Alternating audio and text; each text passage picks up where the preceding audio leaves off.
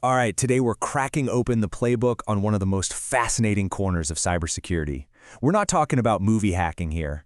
We're talking about a real-life, high-stakes digital heist, with the target being one of the biggest cloud fortresses on the planet, Microsoft Azure. So let me ask you this. Let's say you've spent years building the world's most secure digital vault. It's got layers of defenses, biometric scanners, the whole shebang. How do you actually know it's secure? How do you find the weaknesses before the bad guys do? You got it. You hire a crew of brilliant, ethical hackers, a red team, and you basically tell them, do your worst. Find a way in. It sounds crazy, but it's one of the most critical security practices out there.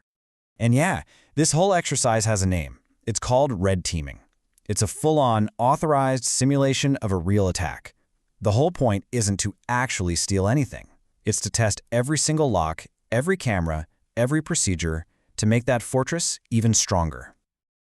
Okay, so let's get into it. Every great heist needs a target, right?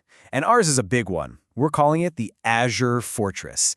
And before you can even think about breaching it, you got to get your hands on the blueprints. So what exactly is Azure? Well, the best way to think about it is like this massive, global digital city that Microsoft owns. And companies from all over the world, from tiny startups to huge corporations, build their entire digital operations inside this city. It's absolutely sprawling, incredibly complex, and holds just a staggering amount of valuable data. Now, to pull off a job in this city, you can't just walk in blind. You need the blueprints. And it turns out there are 3 core, interconnected systems that pretty much control everything. If you understand these 3, you're starting to see the real map of the vault. So system number 1 is Azure Active Directory, or AAD for short. This is basically the master security checkpoint for the entire fortress. It's the system that figures out who everyone is, every employee, every service, every device, and what they're allowed to do. Think of it as the digital bouncer and the ID card printer all rolled into one. And here's what's so important to get. AAD isn't just about people. An identity can be a user, sure, but it can also be the groups they're a part of, the devices they're using, and the applications they're running. And for an attacker, every single one of those is a potential key to a door. Okay, next up, the Azure Resource Manager, or ARM. Now, if AAD is all about managing who gets in, ARM is all about managing what they can touch once they're inside. This is the master control panel for every single asset in Azure, servers, databases, you name it. Gaining control of ARM is like getting the building's master key. And this lays it out perfectly. ARM has a really strict top-down hierarchy. At the very top, you have the management group, which is like the whole corporation. Under that, you have subscriptions, which are like different departments. Inside those are resource groups. Think of them as specific projects, which finally hold the individual resources, the actual servers and databases. And here is the golden rule, the one thing you absolutely have to remember about this whole setup. Permissions flow downhill. If you get admin access at the subscription level, you automatically own everything underneath it. It's a fundamental rule that both the good guys and the bad guys live by. And finally, there's Office 365. Now you might be thinking, wait, that's just email and Word documents, right? Well, yeah, but it's all deeply connected.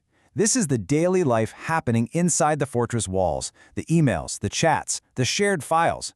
For a red team, this isn't just a bunch of office tools. It's a potential goldmine of intel and a way to get a foothold. Okay, so we've got the blueprints to the fortress. We know the layout.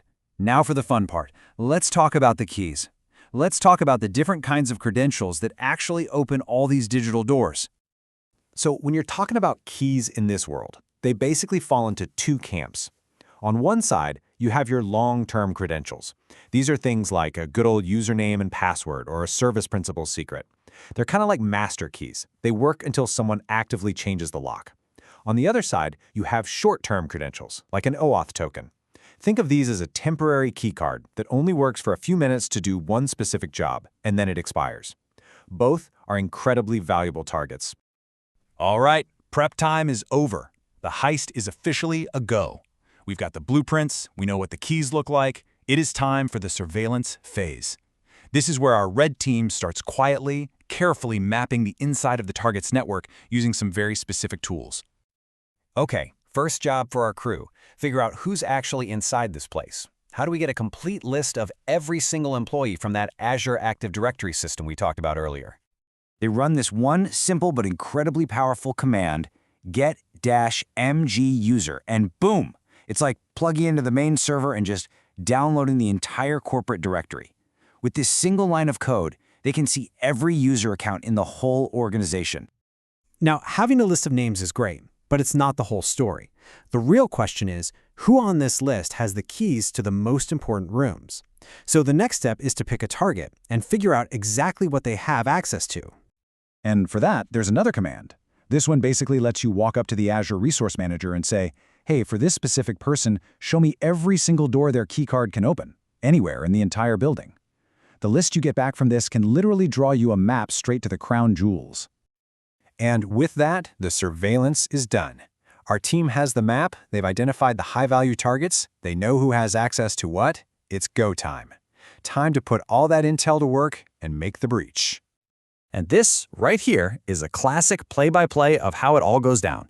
It almost always starts small. They might get in with just one single stolen password. From that tiny foothold, they start looking around and find a server that happens to be exposed to the internet. Then comes the exploit. They break into that server and steal its own identity token. And that's the pivot. That token often has way more power than the original users. With this new, more powerful key in hand, they can now move sideways and access sensitive systems they never could have touched before. It's a chain reaction, all starting from one tiny crack. And, that really gets to the heart of what this is all about.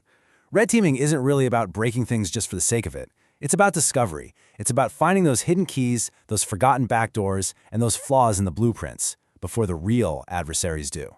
Because at the end of the day, every system has a key. The only question is, who will find it first?